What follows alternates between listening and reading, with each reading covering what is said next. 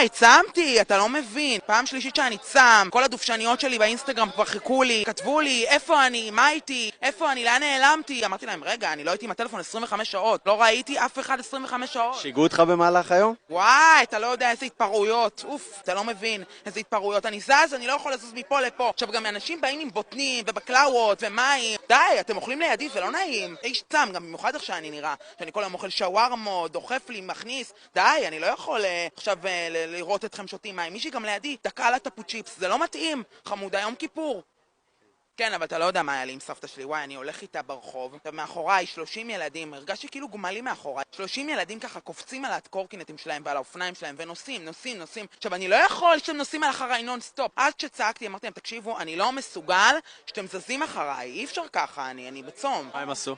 המשיכו לבוא אחריי. סבא שלו, הוא חיתן אותנו. נכון, אבל מה שנכון נכון.